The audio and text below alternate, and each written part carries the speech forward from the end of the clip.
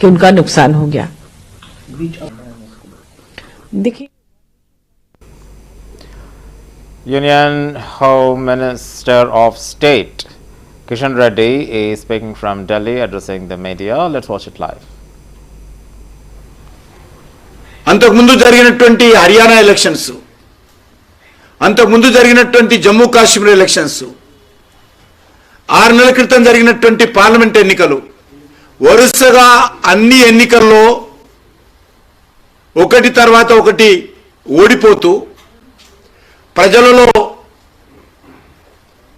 ప్రాబల్యాన్ని కోల్పోయినటువంటి కాంగ్రెస్ పార్టీ ఒక నీచమైనటువంటి దిగజారుడు రాజకీయాలు ఈ దేశంలో చేస్తూ ఉంది.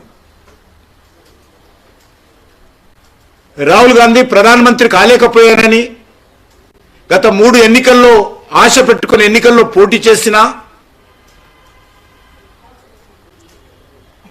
ఈరోజు ప్రజల మద్దతు లేని కారణంగా నిరాశ నిస్పృహలతో ఒక డిస్పరేట్గా ఈరోజు రాహుల్ గాంధీ వ్యవహరిస్తున్నాడు. ఆయన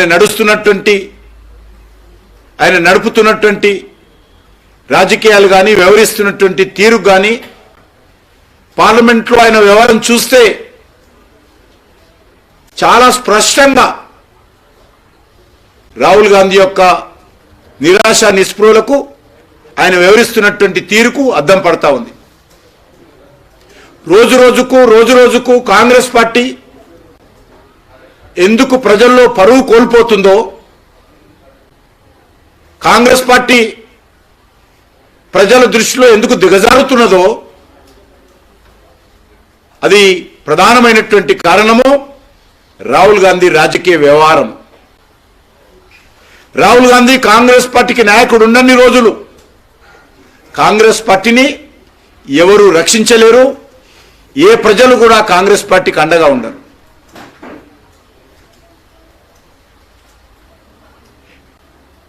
ఏ మాత్రం ఇన్ని సంవత్సరాలైన రాజకీయాలకు వచ్చి రాహుల్ గాంధీ ఏ మాత్రం అవగాహన లేకుండా మిడిమిడి జ్ఞానంతో ఈరోజు రాహుల్ గాంధీ వ్యవహరిస్తూ ఉన్నాడు. ఆయనకు దేశ సమస్యల గురించి అవగాహన లేదు, దేశ చరిత్ర గురించి అవగాహన లేదు, వర్తమాన రాజకీయాల గురించి అవగాహన లేదు. మరి ఆ రకంగా అవగాహన లేనటువంటి వ్యక్తి ఏ రకంగా దేశాన్ని కాంగ్రెస్ పార్టీని నడుపుతున్నాడో మనము స్వయంగా ఈరోజు చూస్తూ ఉన్నాం.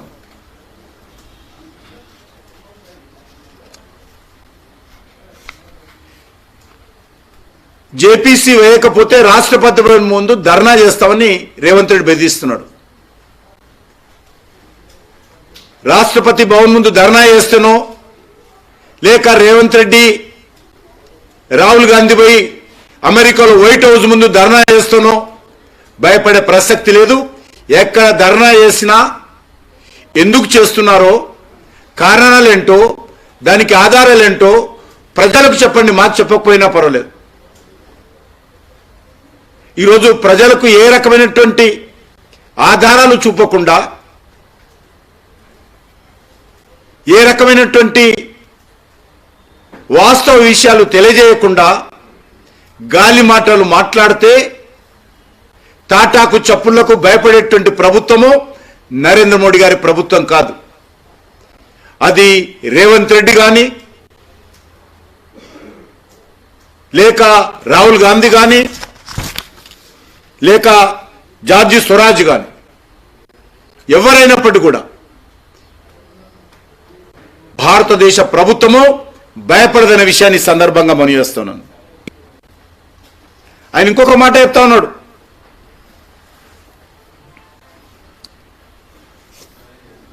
బీజేపీ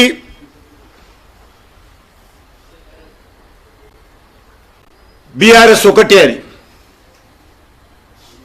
బీఆర్ఎస్ ప్రజల వైపా, ఆదాని వైపా, ప్రధాని వైపా అని తేల్చుకోవాలని చెప్పాడు ఆయన. నేను ఒకటి మాత్రం మనవి చేస్తా ఉన్నాను, రేవంత్ రెడ్డి కేసీఆర్ వైపే ఉన్నాడు. కాంగ్రెస్ పార్టీ ఈరోజు రేవంత్ రెడ్డికి ఏం చెప్పిందో చెప్పాలి. మన ప్రభుత్వం పోతే మళ్ళీ తెలంగాణ రాష్ట్రంలో బీఆర్ఎస్ పార్టీ రావాలి, బీజేపీ రాకూడదు. కాబట్టి నువ్వు ఎట్టి పరిస్థితుల్లో మన తర్వాత బీఆర్ఎస్ పార్టీ రావాలి అని చెప్పి కాంగ్రెస్ అధిష్టాన వర్గం, కాంగ్రెస్ పార్టీ హైకమాండ్ ఈరోజు రేవంత్ రెడ్డి హెచ్చరించిన విషయం వాస్తవం కాదా?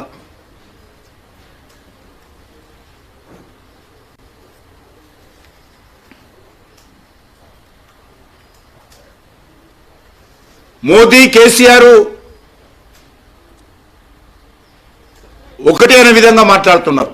నేను ఈరోజు మనవి చేస్తున్నాను, రేవంత్ రెడ్డి కేసీఆర్ బొమ్మ బొరుసు లాంటి పార్టీలు, బొమ్మ బొరుసు లాంటి వ్యక్తులు,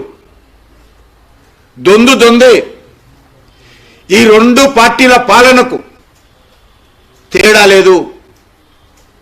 ప్రజలను వంచడంలో, ప్రజలను మోసం చేయడంలో, తెలంగాణ సంపదను దోచుకోవడంలో, కుటుంబ పరిపాలన తీసుకురావడంలో కాంగ్రెస్ పార్టీకి బీఆర్ఎస్ పార్టీకి తేడా లేదనే విషయాన్ని సందర్భంగా మనం చేస్తున్నాం.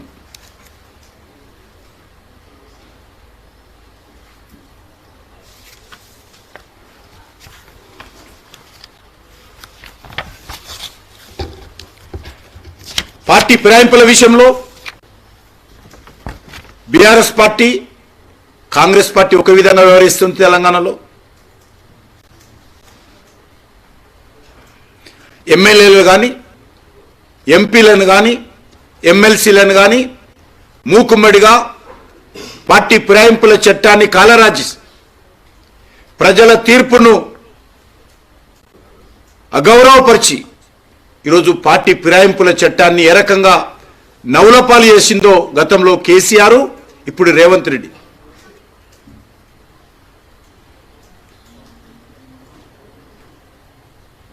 బీఆర్ఎస్ ఎమ్మెల్యేకు పబ్లిక్ అకౌంట్స్ కమిటీ చైర్మన్గా చేసిన వ్యవహారం కానీ, బీఆర్ఎస్ ఎమ్మెల్యేకు పార్లమెంట్ ఎన్నికల్లో కాంగ్రెస్ పార్టీ ఎంపీ టికెట్ ఇచ్చిన విషయాన్ని ఈ సందర్భంగా మనం చేస్తున్నాం. ఇప్పటికీ అసెంబ్లీ రికార్డుల్లో బీఆర్ఎస్ ఎమ్మెల్యేగా రిజిస్టర్ ఉన్నాడు. ఆయన కాంగ్రెస్ ఎంపీగా పోటీ చేస్తాడు. ఇంకో MLA public accounts committee chairman అవుతాడు. వీరు ఏ రకంగా గతంలో బీఆర్ఎస్ పార్టీ, కాంగ్రెస్ పార్టీ వివరించిందో దానికి ఏమాత్రం తేడా లేదు.